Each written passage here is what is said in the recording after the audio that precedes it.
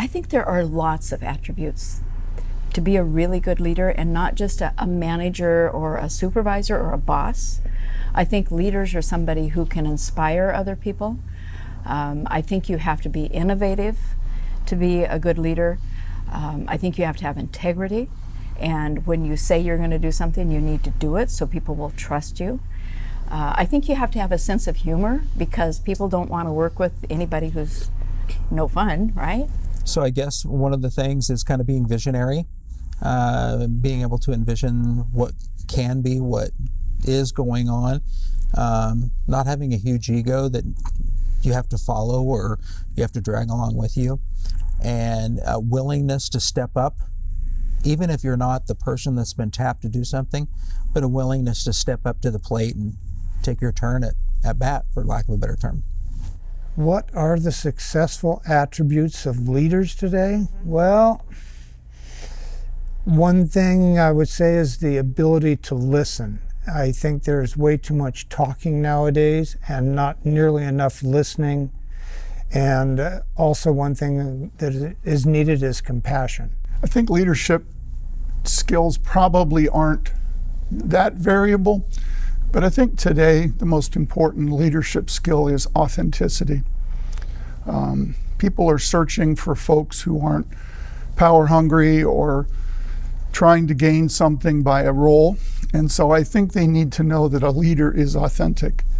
A leader needs to practice good communication skills, and that's not something you're born with, it's something that you learn, and I think they are things that take time and take instruction from people that you trust. How do you talk to people? When is it time to intervene in a meeting? But it is important for a leader to intervene. So a leader can't be passive, but I think they have to be compassionate.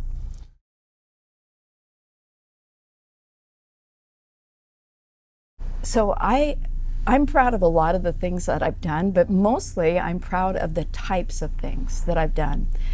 I like bringing people together and making a project work. That's really exciting for me. And so when I look back at all the different things I've done over my career, I think the things like the women's conference that I used to do at United General Hospital, that was a huge success, and we had so much fun doing that. And I felt proud of that. I kind of think of myself as a convener, not a facilitator, not a boss, not a supervisor, but a convener of bringing people together, sort of like a movie producer. And so when you produce a movie, you might help with the script and you hire the talent and you find the funding, but you're not the star. You're just the person that brings it together. I would say the thing that makes me most proud is being a mom. I am the mom of 4 boys, and being able to show them in the work that I do that, no matter what, you can achieve and do anything as long as you're passionate and you care a lot about what you're doing and that you believe in the work that you're doing. And so I'm proud of them and proud to be able to do that work alongside being a mom. One thing I'm most proud of in my life was the gift I was given of recovery from alcohol and addiction in my early adulthood. I struggled with that for about 25 years from my teen years on, and it was a never-ending spiral down, and down. And I was given the gift of recovery, and for that I'm very, very grateful. I've been able to lead a productive life as an adult, which is one thing I had thought was completely out of my reach.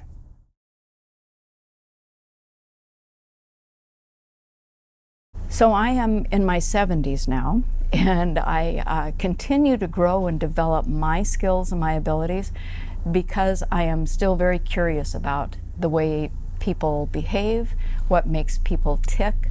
I'm curious about the way I've changed over the years and how I can still change and improve. So I really like learning, and I like learning technology. I like learning about marketing.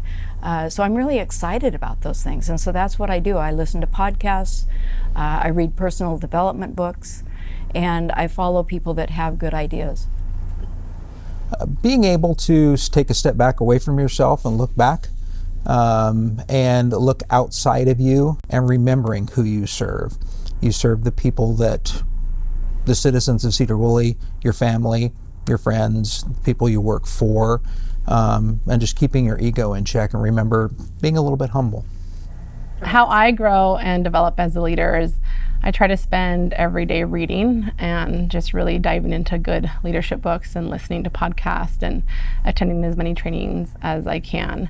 But I really feel that's what I do personally, but I think to constantly be learning and never feel like you've arrived, but there's always something to learn and to try to understand in order to continue to be the best at what you're doing and what you're leading. How do I continue to grow and develop as a leader? By listening. I've always been kind of curious, but I've always been too proud to ask questions because I want everyone to think that I know it all, and I don't. I know so little, and there are so many people out there that have things to share that will help enrich my life. Prayer, seeking wisdom and discernment, I think those are all ways that you can improve and enhance your skills.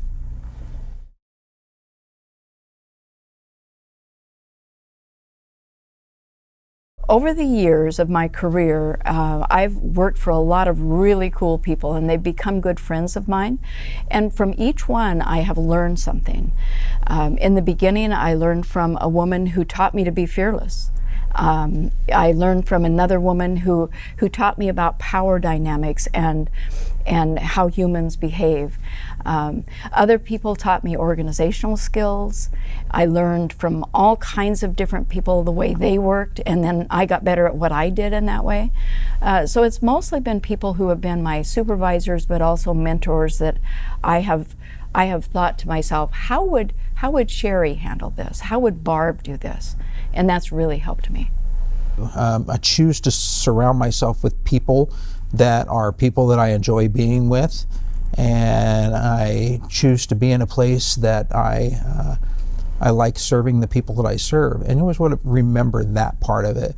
We serve the people in public service, and I always want to remember that's who I really work for.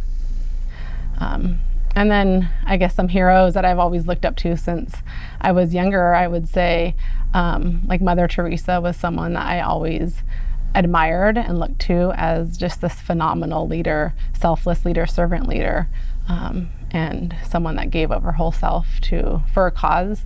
And so she would be someone that I definitely look up to. Well, who do I look up to for inspiration and mentorship? I really, really admire a lot of the volunteers that I work with and the two entities that I'm with. They have so much to give and so much to offer, and they set a really good example for me.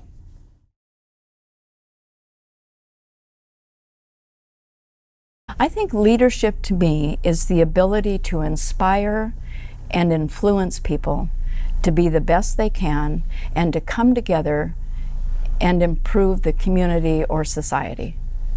You don't have to actually be tapped as the person that's been appointed for that role or appointed for that role, but just stepping up and being a leader. But being a good leader is also being a follower.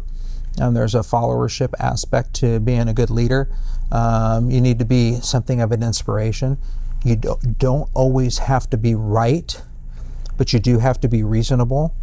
And that whole thing of not falling prey to ego-driven decisions and following your ego all the time. But I would say leadership to me means stepping out and being the first to make that change, even when it's uncomfortable, even when you're the first one to do something, but doing what's right because it's right, even if you're the only one standing alone in that. Anyone can be a leader, and it's really having someone to believe in them and help inspire them to rise up into those roles. And so I feel like for me, that's one of the things that I am honored to do as a leader is to see the leadership qualities and rise up other future leaders, even when they can't see it themselves. And what is leadership to me? I've discussed this with my wife for this past week, trying to come up with a definition that sits comfortably. And for me, I think it's the ability to lead people to accomplish a goal and to allow them to grow and develop their own skills, not just follow orders and get the job done. There's more to it than that. Since I saw that question, what is leadership to me? I'm not going to give you a rote answer. I think it can best be described as an active thing. A leader looks at situations around them, discerns the things that are important, things that might need interaction. It's clear if you're watching a kid in the street and he's in danger. Leadership means you don't look for somebody else to solve the problem, you go and get the kid out of the street.